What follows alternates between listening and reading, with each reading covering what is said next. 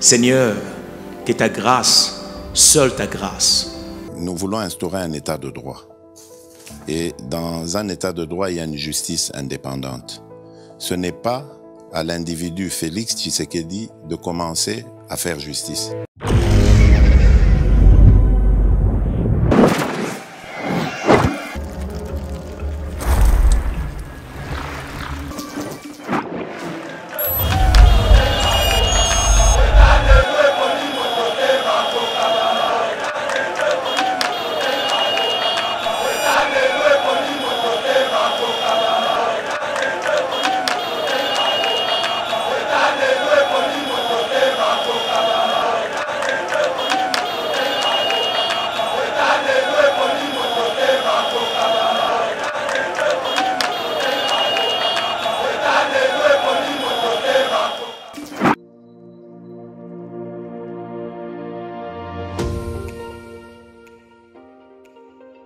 La République démocratique du Congo est un géant au cœur de l'Afrique.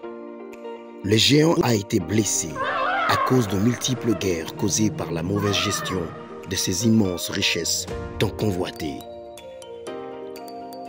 Lelo géant a telemi punako tonga mboka na ye naba élite ya sika ba congolais nyonso ya mboka pe bandeko ya diaspora.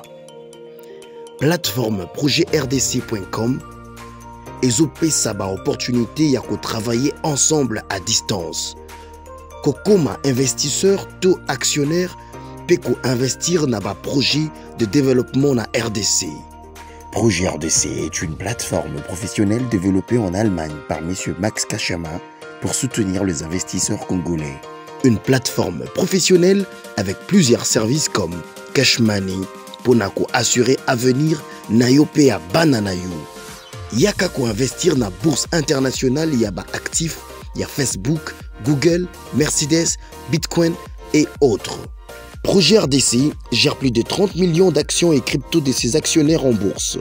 Projet RDC crée la nouvelle et première classe d'entrepreneurs et investisseurs congolais qui investissent avec toute assurance et transparence en bourse internationale. Suivez Yeba TV, mesdames et messieurs, et merci de nous avoir choisis pour vous informer. Je sais que vous êtes très nombreux à travers la République démocratique du Congo, dans ses différentes provinces, mais aussi en dehors de nos frontières. Merci vraiment.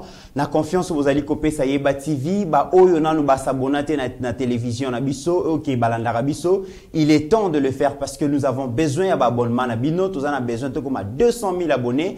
C'est le plus beau cadeau au Européen, c'est un staff mobimba ya Yeba TV et les lots tous en esenga ko retrouver bino parce que actualité oblige. Aujourd'hui, deux dossiers oyo ils ont à table ya Yeba TV autokolobela et les lots ils allaient bon dossier Yaram son excellence Kibasa, donc ministre et à poste télécommunication, nouvelles technologies de l'information et de la communication, a attendu na Assemblée nationale et pas Iwape Sengeli à répondre na question ya ba député par rapport ya dossier Rambouebi qui est dossier Oyo. Ils allaient diviser Bongo ba Congolais, mais aussi surtout ba député entre Bango. Réunion mo qui convié na hôtel du fleuve entre ba député à Union Sacrée pour nous statuer sur dossier na base à Maloba Moko Kassi. Et c'est là qu'il n'a que de poissons. Avenir, il y a ministre Kibasa, ils allaient se jouer les lots.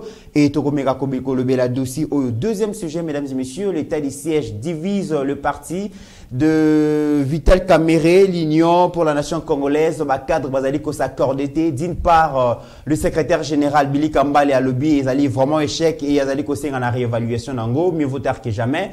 Kassi, ministre, il y a budget, donc Aimé Boji a lobby, ils allaient bongoter, ils allaient déclaration, il y a Billy Kambale, les a anti-patriotiques, mais aussi l'ancien ministre, il y a budget, et aussi ancien secrétaire général Bordeaux Mayo, il n'est pas allé s'inscrire en faux par rapport à la déclaration, il y a Billy Kambale. Ce sont ces deux sujets que nous allons traiter aujourd'hui au cours de cette émission. Et pour en parler, Boébi que Pasteur Guili, chouchou à diaspora, influenceur national, il est là pour donner son point de vue par rapport à dossier Wana. Je rappelle déjà qu'il y a un dossier RAM FCC déjà déposé motion de défiance contre ministre Kibasa Balobi et Sengeli Akoya. Merci Nastaf Mobimba Yaïba TV. Je vois déjà notre réalisateur Steve Kondé à la manœuvre pour que l'émission les bien. Mon confrère Trésor Kandolo. Je vois Meshako Choudi. Je n'oublie pas Eric Moubiala, notre ingénieur, mais aussi donc les gardes-chefs. On va bien des papas Wazawana, allez assister en direct na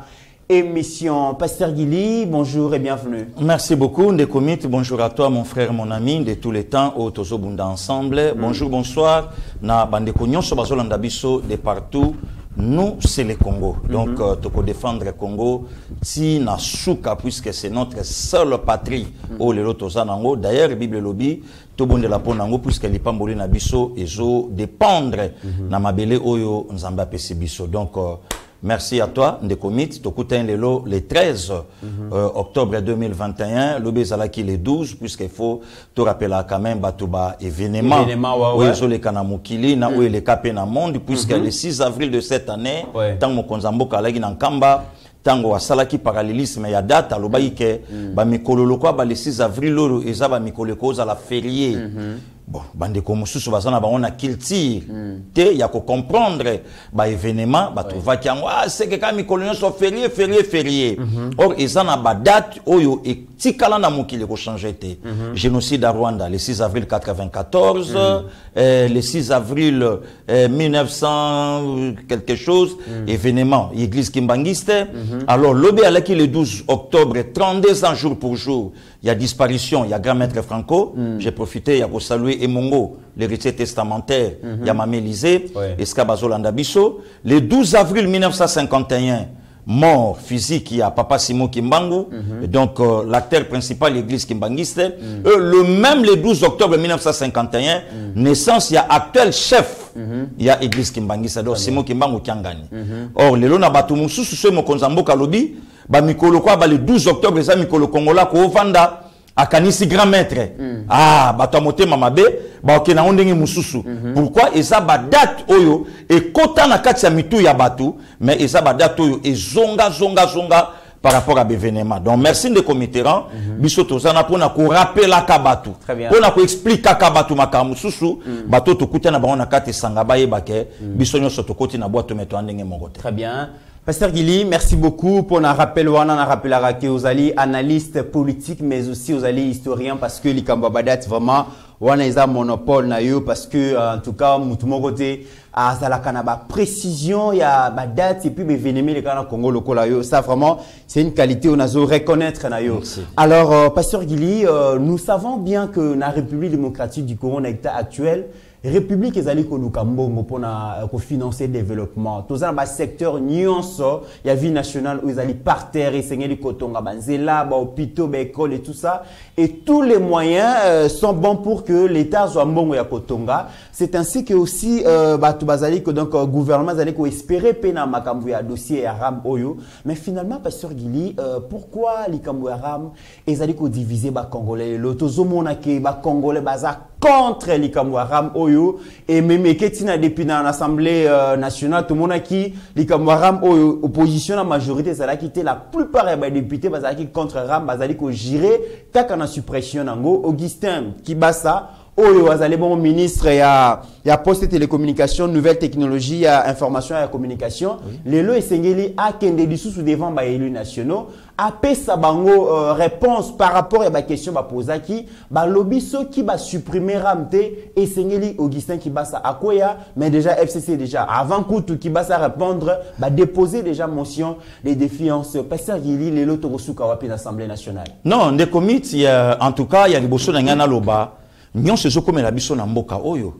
C'est puisque Fachi est chef de l'État et puis Fachi a éli biso politique, puis Fachi a zo kumba Congo et si ko biso ba congolais, tu ba été Congo et comme kuna. Oh, na je biso vérité. Pasteur Guili. De comité là, na je biso vérité. Azokumba biso na lobby difficulté nyon soto komi na ngolelo. Fachi a éli biso makambo oyo congolais a réfléchissant na ngote. Makambo oni ni Pasteur Guili. Mais et si qu'est-ce qu'on connaît ce kendete? Joa ministre il y a 4 unions sacrées, ministre ya mboka, mais babengi et sika o union sacrée baza majoritaire na kata parlement pe akei ne commit. Auto rappelenga likambo ya FCC que ba récupérer yango et comme ya faire na bango. Pas la bango za récupération politique. Récupération politique. Balobi baza na ngabu ya peuple. Non. Balobi bazo boyaram parce que peuple a boyiram. Non, ne commit. Peuple a boyiram te. Peuple ne azalaki na besoin d'explication. Oh, yo bakokaki jamais koyebisango malamu ne bandeli po peuple à comprendre ango. Donc, ils ont problème d'information. Ils ont problème d'information de comité. Donc, le peuple a bien informé. Mais dans le bina yo, ba député oh lelo bazana FCC, même matin oh mususu pe ya union sacrée, bazalaka kuna. Oyebi monsomo ke kotelaka Augustin Matata Ponyo. Appelle le Talibanda et kota na kata parlement. Appelle le Talibanda motion, bazo salango, appelle le Talibanda. Ba jena bino apamba na botikango.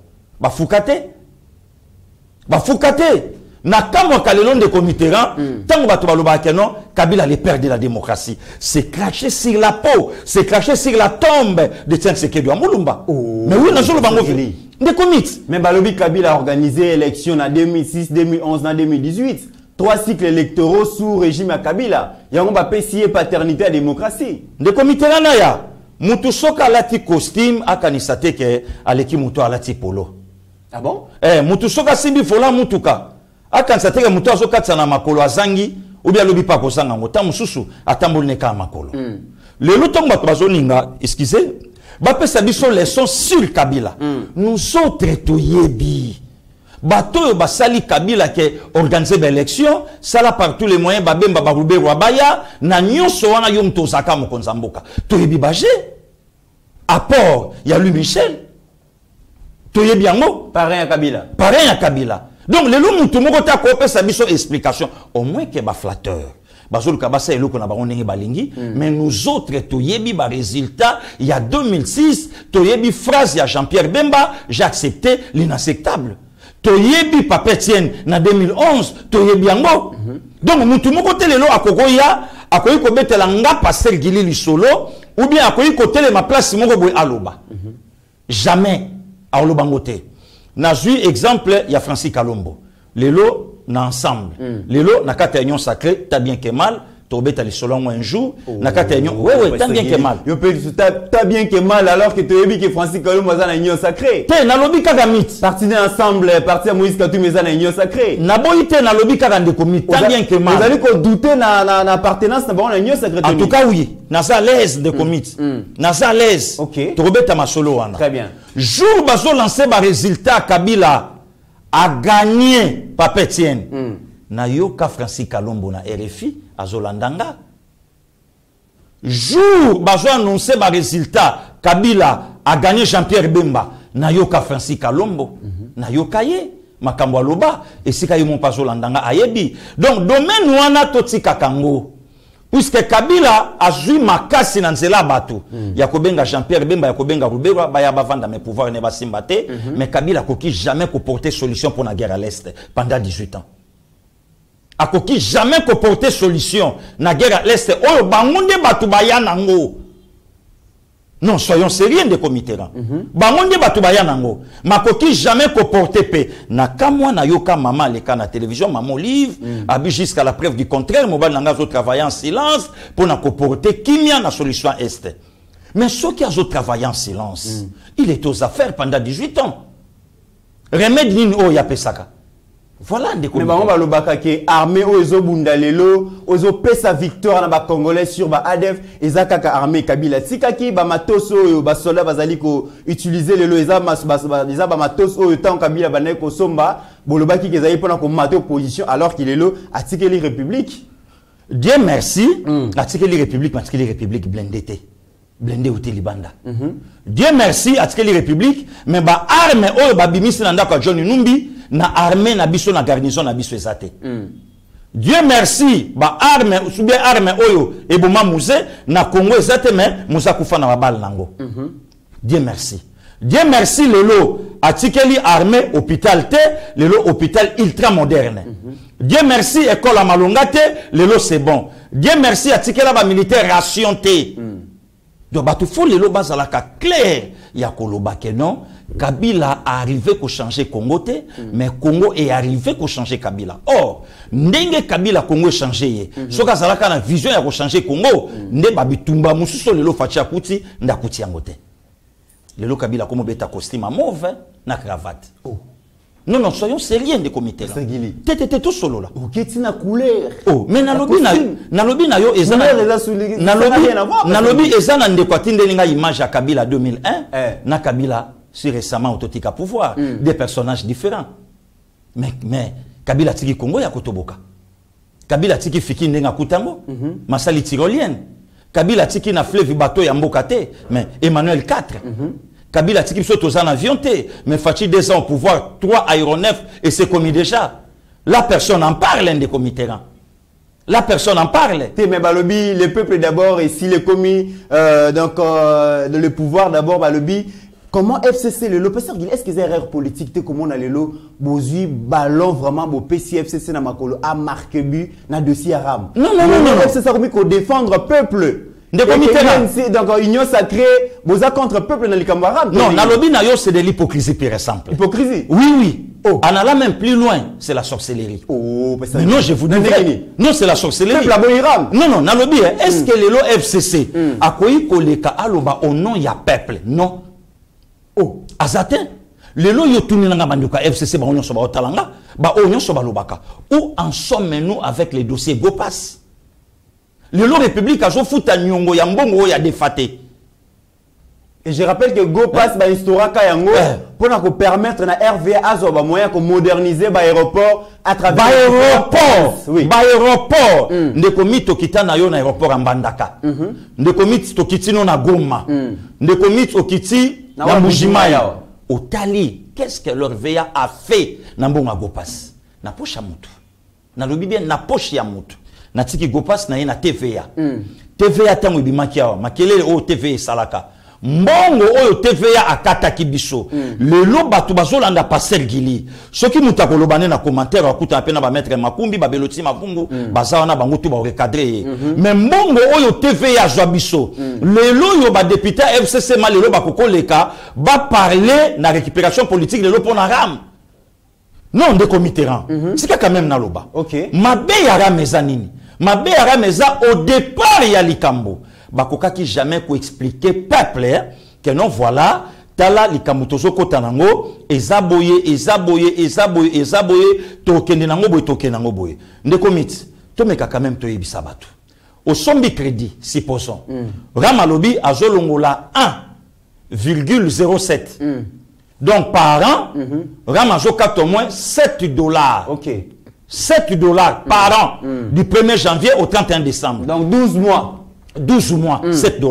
Ndekomit, nazo yebi sayo, na yebi Congo, makambo nyonso lelo et au salamanango, na palais du peuple, même ba député, bazana élément sûreté sur RAM. Oh, nazo yebisa yo comme ministre musala na eni ni pasteur Guili parce que eza dossier zali ko ningisa bongo engundo ya Kinshasa ya Congo mobimba comment ya ko pesa information malonga te na peuple pe na ba députés nationaux na lobi na yo lelo tango lobi na ngali kamba FCC IGF azalaka depuis FCC ba blokaka yango il fallait facha ya po afongola déverrouiller yango IGF Asa Moussala, dossier le lo yaram et ça na maboko ya ARPTC. Ah oui, ARPTC. Oui, ARPTC. Mais nga kutu nga passer Gili, nga na kolinga lelo ministre Kibasa a expliqué ba donner au Esengeli, mais soki batu balandi, il y a pas un grand problème na Katuana. Au moni lelo, mutako betali solo. Mais est-ce que ba député basi balanda ba société à communication puisque source ne bango. Est-ce que basi balanda ba société à communication batala oyo ba société à communication balela ka peuple congolais. Et loko parfois tam sou que nonga passer Gili lelo na ko loba. Supposons ceux qui unité ou bien 10 unités ou 5 unités. Et ça na valeur il y a 10 000 francs. Oui. Manière Moussousoura Makokai même ko Jolambongo sans que peuple a senti rango a Kokai même ko 10 500 unité partout 10 500 comme ça ba 500 on a likolo et je permettre et je kenenaram pour esa la musala oyo vision et sanango mais les lorsque tango ba oloba les loto yebi famille moko ya mboka na so ba dirija biso actionnaire les lo na Vodacom ba RTL babilo ke belé to yebiango. Pourquoi pas batu bachela ngo makelele? Ndeko miti na utolo bangon. N'émission o ngano to salaki? Non. Wala ina BG. Oui. Ndeko moka lobi na nga lobi nandimela ko na makambo nyonso me makambo haram vraiment en tout cas obeti mabe. Ndeko Mitterrand. Mbongo oyo fachi ya kotongela mboka oyo auta nango na pala vietien. Auta nango na poche na ye. Non non, soyons sérieux. Puisque les lois batumsu bazolinga ba pesa leçon ne loko o ba yebite. Je ne suis pas pour les ministres qui basa. Nalia kambonga ramte na sala hakuna te. Mais je suis là pour le Congo. Na uti kozala il y a 3 semaines awa. Nala ina passé Jean-Claude Kabundu Alessa, nala ina ba passé Dodo Kamba que nous salons là où il est. Toi là na ba papa José Nzita, na ba homme politique. Mokonza Mboka lancé les kambu ya taxe officiellement pour la République démocratique du Congo. Parce que tokotonga mboka na biso koma tandis que Belgique a tenu mboka na ye na taxe. Oh le sali makambo. Moi personnellement, et ça na batumsu na mboka na biso asomba crédit à $100 à sentir na ngote. Et ça pega hermo boyo. Bonne na betara lisolo. Mboka nzala vraiment makas mais non, comment nzala na yo zolinga opesa ngo batu nyonso. Biso nyonso to en train de vivre mon côté. C'est ça le problème. Mais lelo on remarque la majorité des députés nyonso na bache makelele. Bango na pena sans etambila bakenda ko lukambila. Piangambila na liana lobela yo. Na lobi na yo to yebani. Piangambila na liana lobela yo. Donc en réalité, et ça na ngoma likambo ya gravité. Mais là on ninga na moni mabe. Pour na souligner place on des comités. Ko rejeter ram lelo. Oui. Ko bafouer ram lelo. Ko longola ram lelo. Na lo bango na ota la caméra. Et ça ko arrêter avancement ya Congo. Pasteur Gili. Oui. Mais déjà, tu belé, Tolandi, Claude Luboya, Tolandi. Pardon. Tolandi, docteur Numbi, Numbi Wazaki, ministre de la Santé. Les sons copiés par des chinois, Bataye Mbatawa. Tolandi même Noël Chani. Chinois Tabasaye. Tolandi même Noël Chani, tu belé, Balobi. Bazo jire kaka na suppression ya rampasser qui notu landa otiko évoquer le komoko lobi lelo FCC bazali ko récupérer dossier ram pour na koloba ke bazali ko défendre peuple ezali le kuta o évoquer likambu ya Gopas ezaki escroquerie nationale o évoquer likambu ya TVA mais passer Gili ezapé likambu ya passeport na Kabila ezapé likambu ya ba plaque d'immatriculation. Mais balobi bino pe mo créer bino loko la famille présidentielle il y a Joseph Kabila ba créer ka babilo ko ba dossier passeport ba créer ka ba immatriculation lelo balobi président Félix na beau-frère naye d'Augustin Kibasa ba créer Péram pour bali babimbo ngeza gérer en partie par moi si Augustin Kibasa de comité na lobi na yo il semblerait non oyebi mboka nanga Congo oyebi ke na ba pays développé temple la démocratie le quoi États-Unis d'Amérique ba imposa babiloko oyo depuis attentat il y a 11 septembre 2001 ba imposa babiloko oyo nde comité na ya ozu ba mboka le quoi ba Belgique ici ka ba vie le quoi ba docteur Maël Bayali ezana basimi ezana basimi après batanta basimi zote kamalelo ba $5 c'était une façon ya ko identifier mutu nyonso oyo azana sim numéro songolo biso moko na mboka awara mtango yaki aye pardon c'est aussi une façon ya ko contrôler mutu ya sombi simba identifier ye avant dakawapi ya salaka nini simango nini mais siko ngai lelo tang ba député ba élu du peuple bazolo bake ba longola yango c'est faire équiler encore la nation. OK, c'est faire équiler encore la nation. Ne komiti mutaka nsateke soki ba voter ye aleki batu nyonso lelo ba libanda mutaka nsateke non soka zui palissade aleki nga passer Gili na wewa non batu quand même ba fanda ba réfléchir.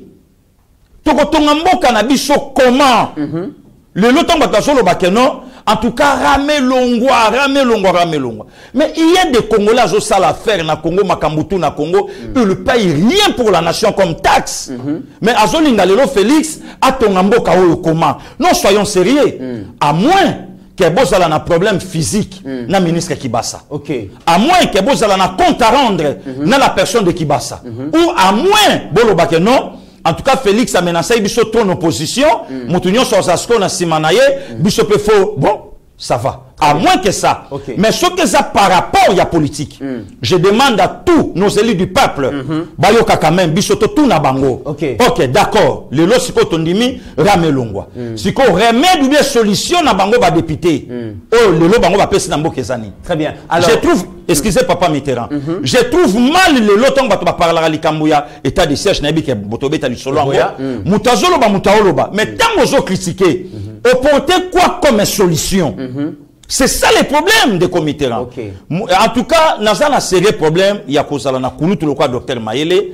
À quoi il faut vendre yokio, mais tant que je critique yo, c'est que j'aime c'est mon vieux. Na souka nga porter solution. OK. À quoi bandali kolo na moi toi li kolo na souka ngole kinanga. Au moins la prochaine et lo kana faut betabo. Donc éducation moko boy na zui oyo lobby et ça la quitter. Donc c'est un peu ça. Mais le lot moi personnellement na copé cet exemple. Moi personnellement passé guili. Na tombé le boko na ngambali likolo. Parfois ndenge na sombe la crédit. Na yokipe pas collègue na Mitterrand ndenge moko. Eza ndenge mta sombe la crédit.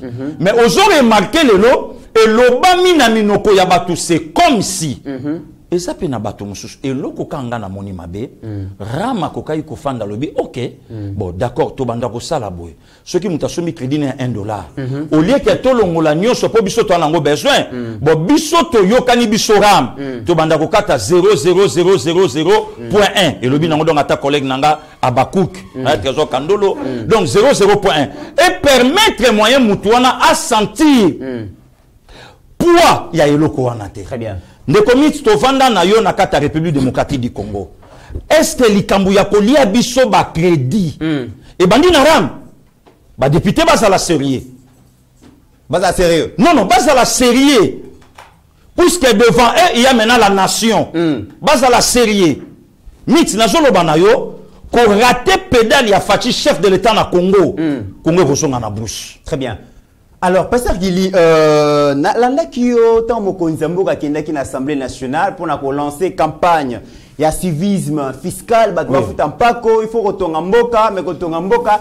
Et c'est ce que les Congolais à côté de culture, il y a un pako pour que Mboka tongama. Problème c'est les Cambouya ko fout un pako Congolais à boyi en côté. Surtout le roi Congolais a soutenir Mokonzamboka. Congolais a prêt pour pesa Mokonzamboka moyen atonga Congolais. Congolais a un mauvais souvenir, Pasteur Gili. Il y a utilisation, il y a mbongo, il y a trésor public. Mbongo au Congolais a dit qu'on fout parce que débat pesa lelo entre autres. Est-ce que RAM ils allaient taxe? Est-ce qu'ils allaient redevance à service mogo rendu? Explication n'est tout ça qui problème est ça parce que la visa taxe mogo illégal tout ça toroyo quand on sous les lots na munoko il y a ministre Augustin Kibasa et d'ailleurs observatoire à dette publique bazali koloba tangu ministre zali koloba qui jusque là ba collecter na mbongo ya RAM 25 millions de dollars bango ba beza le kuta bango estimation bango zali 260 millions. Mais une autre question Pasteur Gili mon solo wana ezo kende wapi? C'est ça aussi Congolais ngayeba.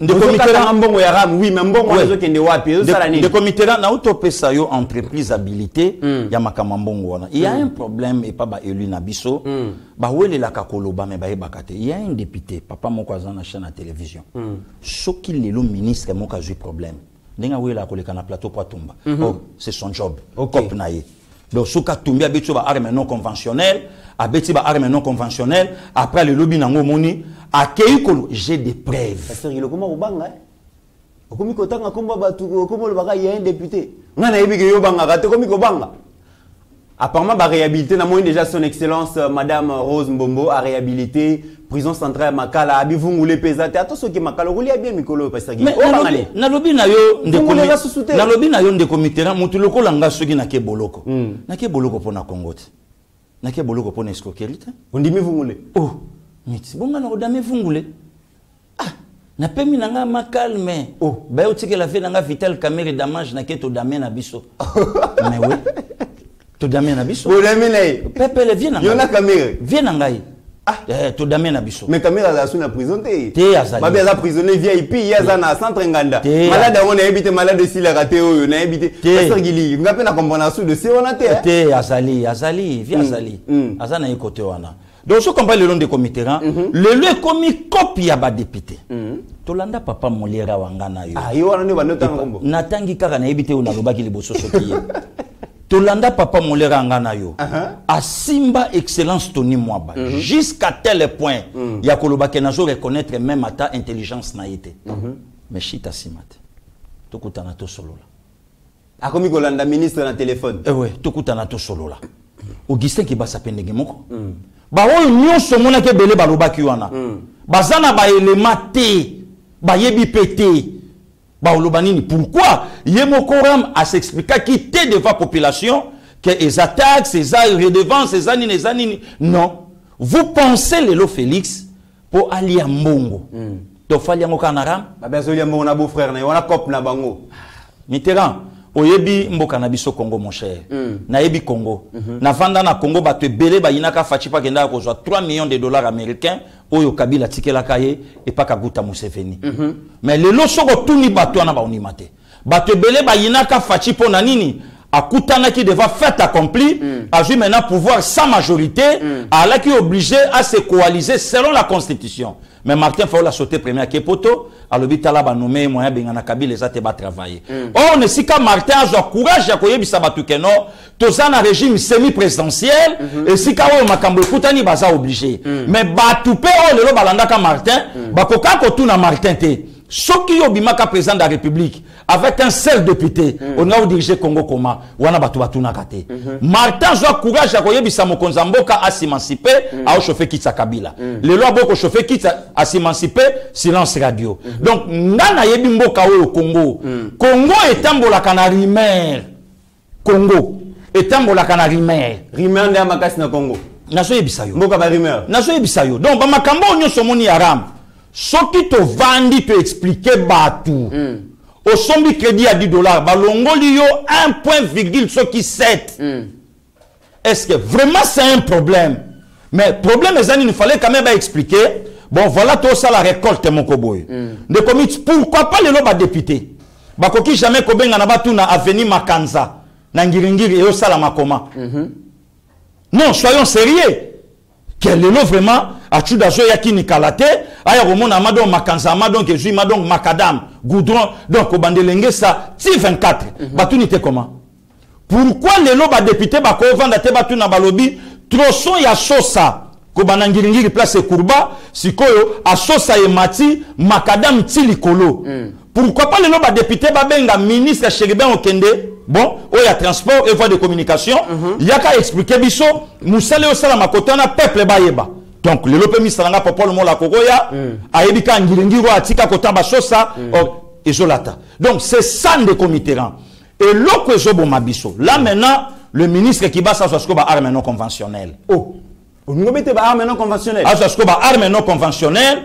Et me capé était yasiko ba ministre nyonso. Oui. Asalini arme ni ngobete lisusu. Ministre Augustin qui bat sa ba arme de comité yoka. Et l'oko tche makelele manque à communication. À communiquer bien sur ça c'est moi qui vous le dis. Ministre qui bat sa Holandanga pourquoi? Besoin communication ba pia famille. Besoin communication ba pia ba relation. Besoin communication ba pesa batoyo. Besoin même pas na voix à koyi koloba mboke yo. Babi même ataye moko devant ba député, c'est comme ça ils ont maîtrisé le dossier Aramte. Mais justement, yango loko na lobby. Le lo soko somo na travail, ya Nicolas Kaza des Salama. Elisha n'est pas le moindre Doumisani. N'est pas le moindre les gars. Azo travailler na service nyonso. Le lo soko kei et pas le meneur en toge, Tony Mwaba, ba maître di Kankou, ba Sepengo Ibazali, ba Louison Bazali. Ba Louison Bazali. Donc, au moment que travail et salama, non seulement ba vendre, mais ba salama biloko, oyo ministre azo monisa. Donc, un ministre oyo azo faire face na enseignant, azo tali sabango, avantage na désavantage, ya grève. Donc, au moment que non, il travaille. Le lo sokoke et pas maman Gisèle Ndaya. Elle travaille. Bah, maman Antoinette Kipoulou. Donc, et l'autre, le ministre qui bat ça, communication. Voilà aussi des comités dans ma team, même à la présidence de la République. Les actions, le lomo konzambo ka otambola nango. Le loba député RCC, le loba zoloba. Mais ba loba nabiso pendant 18 ans, déplacement extérieur. Oyo Kabila Sala a biso 1 milliard. Très bien. Pasteur Gili, Augustin Kibasa, ministre Azana, problème. Mikolo le kaki union sacrée ba kutanaki na hôtel du fleuve de 20h à 23h ba lukane ba posa na langage moko par rapport à ces dossiers ba yokanité. Mais déjà les loboyé 101 signatures ya FCC. Nazomona awa Jeannette Kabila a signé, Oben Minaku, Henri Mova basali bloc contre Augustin Kibasa. Mais Bakoka ko signé pour na Jeannette, une députée élue du peuple, où yazala clair le bango na hémicycle que non, na salaka na service national na Tanzanie. Wana nde Bakoka o sala émotion te. Oh le lopo na osala na ba service national fozala ya moka wana. Wana Bakoka o lobate. Le lo eza problème soko lobi ke baza ya bisoté. Mais sur quelle base au Jeannette a sala na service national na Tanzanie? Est-ce que Augustin Kibasa ko ya te Pasteur Gili? Non, de comité c'est la démocratie. Nous les alliés déjà na union sacrée bazali koyo kanate na kolandaka union sacrée za arche de Noé. Oh, ko braza na kati je kwa za na kati. Na union sacrée. Na kati union sacrée ko? Oh. De commit. Na lobi na yo na zo préparer émission sur l'union sacrée appartenance au mokonza salaki. Tant mon konza benga ki bampate baya banko ipe bazana kata union sacrée. Ngana bika ki union sacrée za na bateau bazui batem. Abota mimbala mibale. Abongoli motema. Non. Konza mboka lobe ba se repentir. Comment ko ba ki baza su ba sumu ki baza su kuna. De comité na ya yemo ko to grand prêtre Jésus a bengi les 12 parmi les 12 mkoya la ki na kati. De na union sacrée koya na kati. Na lobi koya zali. Mit nazo préparer émission au Tokobeta nous c'est l'union sacrée. L'union sacrée tant baye ko tala ba monique Kabila okende. Et belé baye na retard pourquoi? Baye na retard baye que non Kabila c'est le plus grand stratège. Facha okokate. Tant ba moni ma que non a renversé ba donner et belé ba bité tikato ki mato kende mais si baye ka pour sa pamba esprit batika kuna. Même yemo kopé le grand maestro Fachi ayebi.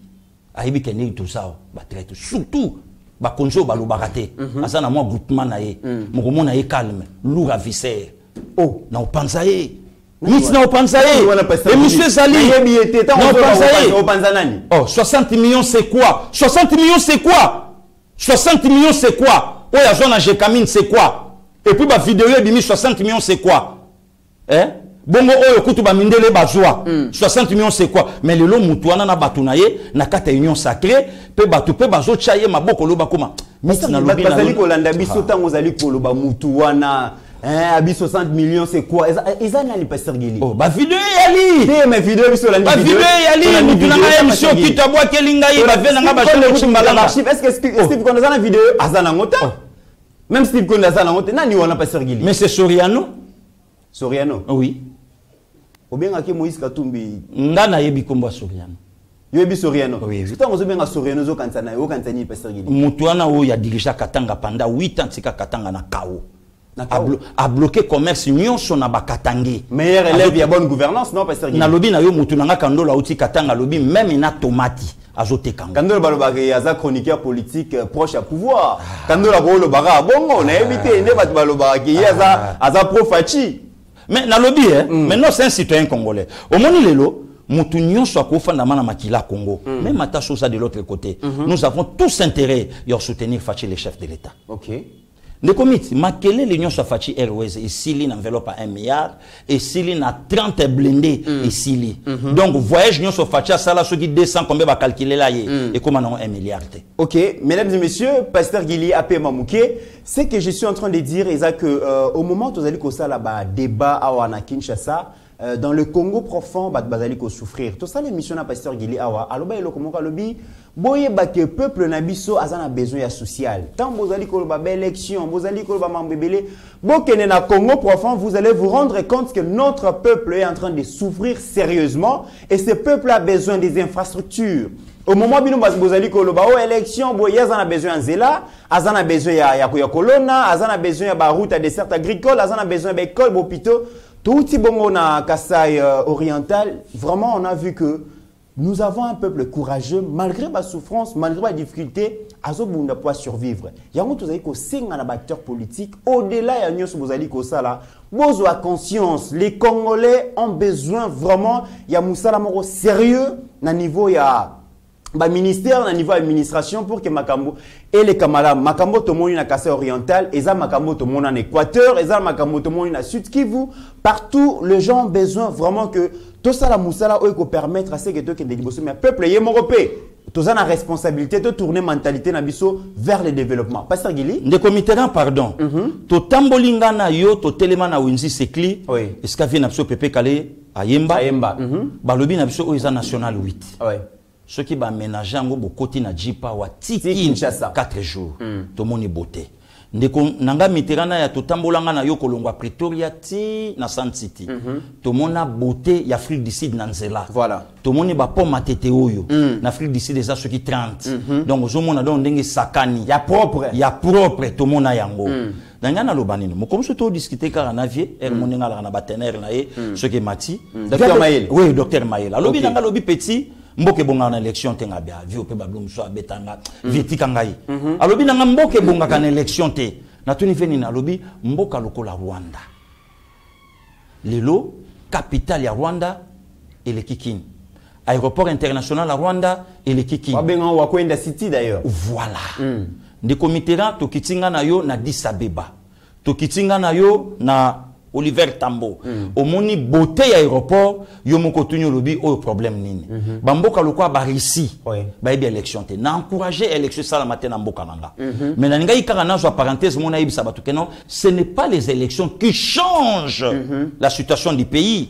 mais social nde muté changer la situation mboka et permettre peuple azala malamu élection ça profite aux politiciens ça profite aux politiciens ba oyo pe baza na bande de touche ba ko taper bango pe ba zeloko mais au fait ce n'est pas yango soki Kabila ala ki de bonker ba député a fait cessé wana ba to nyonso ba osala wana soki Kabila Joseph azalaka motema malamu ndenge Congo échanger ye na libota na ye Kabila alingaka tika la monument na mboka oyo pourquoi azwaki récupération à maréchal Mobutu na musée alingaka tonga mboko ndelelo mboka oyo eza na condition oyo eza te de commit fatia kutani deva fait accompli ba priorité na Congo eza nyonso soki basimbi santé bakoloba gratuité soki basimbi gratuité bakoloba banzela soki basimbi banzela bongo biloko yo ya mukonini soki basimbi mamba biloko bongo éducation soki basimbi éducation bongo soins médicaux soki basimbi do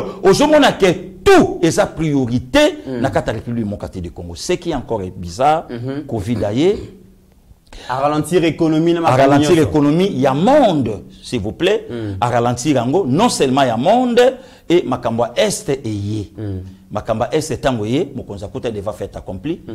Comme la paix surpasse tout, priorité ça. Na bundasko na sili sa problème ya est. Très bien. Mais nasko pona si sa problème à est, na ibasko commande ni toko zala. Ngana linga ki ba député. Basa la motion na ba député nyonso eli ya est.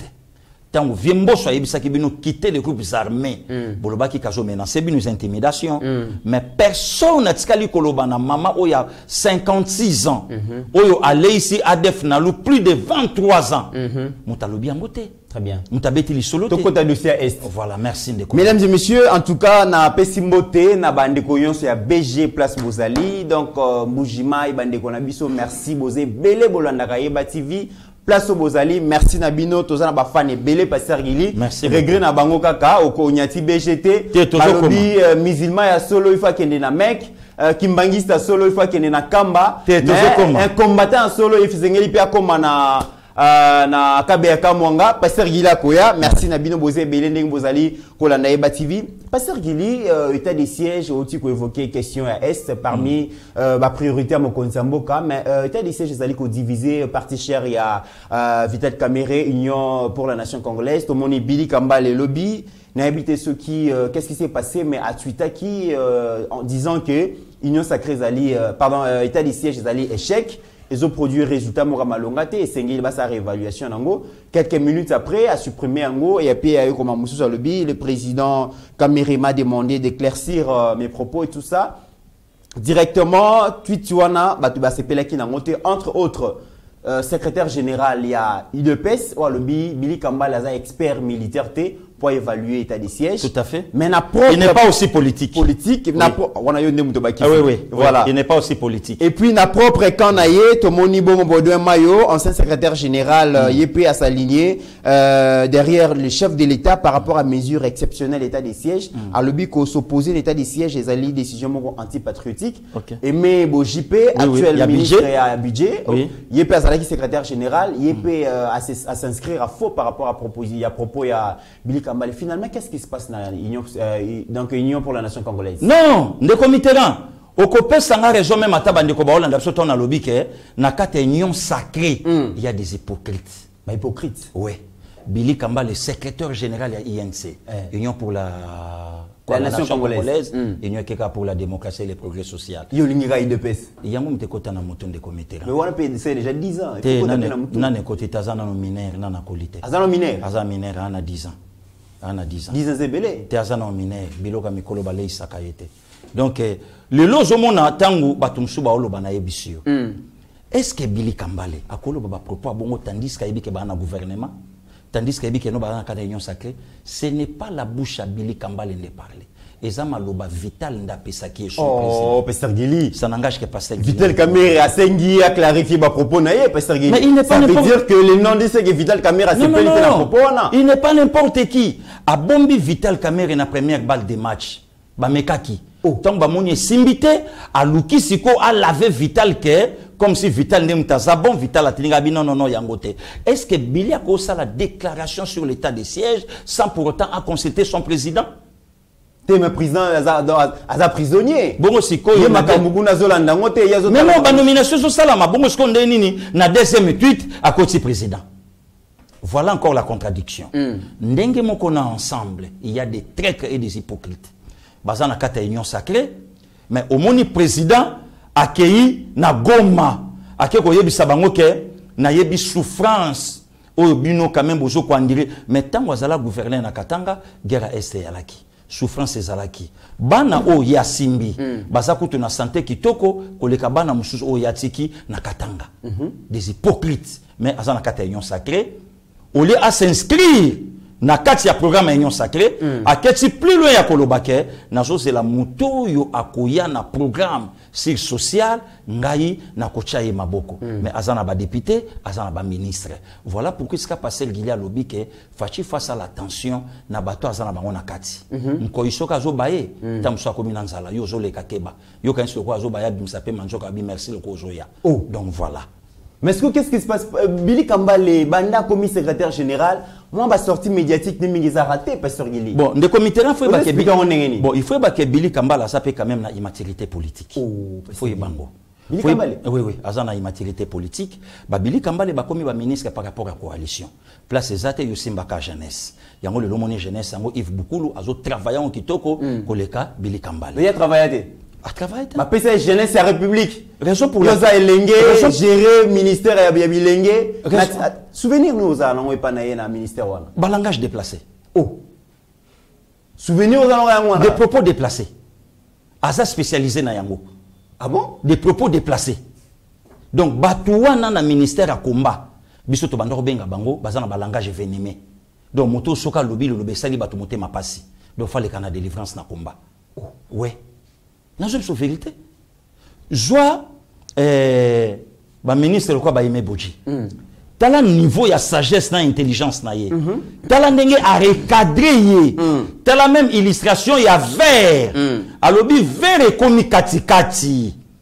Et je sais qu'il faut tonda. J'étais à Bounia, à Beni, à Goma. Je vis l'avancée, il y a état de siège. Mais combien plus forte raison, président, à qui CG, il y a pas sur le quoi INC, on a déjà qu'un échec total. Mais aux affaires, parti na yo ezaba ministre de la gouvernement, il y a union sacrée, le loba osala par tous les moyens réussi total, il y a guerre à Est et Monana. Mon vieux Jean Baudouin Mayo, quelqu'un il y a maillé allez qui a dit mais non, ça se dit pas comme ça, il y a moté. Donc et si quand toza état de siège, va avancer ça makasi. Le comité là faut battre le loba tumsu bazana ba parti par rapport à la région. Oh ouais. On est pasteur Guili. Parti à province Nabiso. Parce que Billy Kambala apparemment répondre yo. À lobby, ceux qui n'ont pas qui va proposer c'est parce que certaines opinions basali ko identifier comme étant membre moko et abato bazo soutenir ADEF. Mais le lobby en dernièrement. Mais non, justement, bon, il faut répondre puisque na carrière politique à faire face nangate. Oh. Et donc il y a ça maternelle nga na ça déjà na université. Nous comment qui bon excellence. Na lobby na yo de committeran. Cause la excellence et ngelo bate que non au l'équipe bateau ba na se. Le lo ba komi ba ministre par rapport ya coalition kaka. OK. Non par rapport ya travail. Le lo tombe baso kanga leki ya mutu oyo aleki quand même na gouvernement ya mboka. Il faut ça là yo soni même attendre na parti faut démissionner. Voilà pourquoi aujourd'hui je donne raison à mon président Jean-Marc Kabound. Tant il y a des traîtres. Okay. Quand le président Bosso Aloba Kiango quitte les groupes armés, le Loba Toana Bazali, je donne raison au chef de l'État, Félix Antoine Tshisekedi Tshilombo. Tant Aloba Kialobi, c'est pas seulement Batomanche Koulkande Batoabebi sa Congo. Il y a aussi des Congolais, des pères et des mères. Va contribuer na win ya mboka oyo. OK. Ba te belé ba comprendre kayete. Ah non, le chef nous a trahi. Non. Allez clair à Olobango. Mais yoka réponse donc aux sentir que Moutazo Lobana immaturité. Comment Vital Kamerhe peut prendre quelqu'un qui déplace toujours ses langages et copé ça y est secrétaire général il y a un grand parti comme UNC. Bon, il faut que Billy Kambale a salaka par tous les moyens à copier le CG Kabouya. OK. Donc lui son idole c'est Augustin Kabouya Chilumba. Idole à Billy Kambale. Sautali même dans le domaine politique.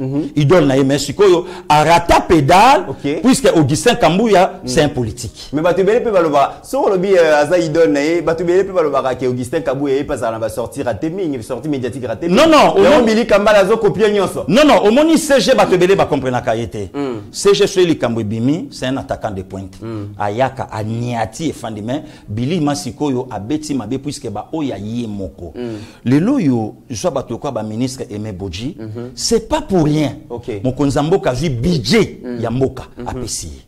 Très bien. Aimé Bodji. Mon konzamboka vu budget ya Congo a pesi à lobi simba budget oyo. C'est pas pour rien le lo monique bazo travailler na ba Nicolas na ba IGF donc ozomona makeno Aimé Bodji au rendez-vous mais pas les Billy. Ceux qui Billy appréciation na ye ezalai malamu Bila kokai kozonga puisque ezana ba ministre oh le lo bazongi. Oh, bah, ça n'a pas coalition, mais les lobes mais quand le président vit que non, oh, il est là comme mon côté. Ma kelele ya pamba. Et le côté, Billy Kambale représente quoi? Et le côté? Et le côté des comités. Donc, Dieu merci. Ce que ça dit parfois, bisobe mais en réalité, donc, au monument que non, et le côté a échoué, recadré. Bravo, à son excellence, Jabot de Mayo. Le maximum de respect à Aimé Bodji, aux Zomonama Keno, ils sont là pour la nation et non pour leur parti. Mesdames et messieurs, Boti Koyo Kabongo, pasteur Guili, leader Nabino, influenceur Nabino, nous sommes en train de préparer un dossier très important par rapport à blocage et à successeur, et à blocage à processus, au processus maintenant vers la désignation et à successeur et à Corneille Nanga. Donc, c'est une édition spéciale, ce qui est à la lobité. Et vous allez vendredi, tous allez kolamba yango, mingi bazali koloba, mais bozo s'est prononcé tenant, yebati vite le barabiloba le baté, tous réunir l'élément. Je pense que pasteur Guili, à le bakito pesa étant à se préparer dans les jours à venir. Bozo ba maman na ba révélation sur Senko, ba maman na ba révélation sur SCC, ba maman na révélation sur Makamozali Koleka par rapport à blocage et à désignation à successeur et à Corneille Nanga. Malembe, bokitsa mutema dossier wana tokolobela yango pasteur Guili to komi vraiment na suka ya émission nazongi so maloba pour na clôturer sériel elo. Merci beaucoup de committérant. Merci aussi na bande konyonso balanda kibiso donc nazane sengo na ozela majili ya na grand frère nanga donc abeya na mabele. Donc, Togosala toujours ensemble na ba obsèque oyo ezuli bota. Donc, ya Joska, merci. Zangambongo zana bato. Ya Nicole Kabea, ya Christine, ya Papa Jacques. Nkola batela bino. Et Sika Bozali, Flo et les enfants. Donc, on est toujours ensemble na musala ou esika nzambe azomema biso bandeko nyonso États-Unis papa JP Mukendi na yebi ke samedi eza ya yo tokolobela lobela sous la bénédiction ya couple rock donc toza toujours ensemble donc nzambe ayeba ndenge nini akoki kobomba biso donc ndeko mit tozawana donc ma mère Marie Pembe de Pouiston nzambe abatela ba maman Marie Jeanne Kouta ma sœur chérie Bibimbi nzambe bandenya ko bomba bino donc on est là. Merci beaucoup Pasteur Gili, merci Nabino Nyonso Bozali Kolanda Biso à travers nos 26 provinces mais aussi en dehors de nos frontières. Merci spécialement à Papa Jean-Marie, membre Mokoya INPC, donc organe Zaliko Sangisa Biso, homme des médias, Lelo a préféré Abeta Moitour na Eba TV et c'est en Makasi Yakoyambaye.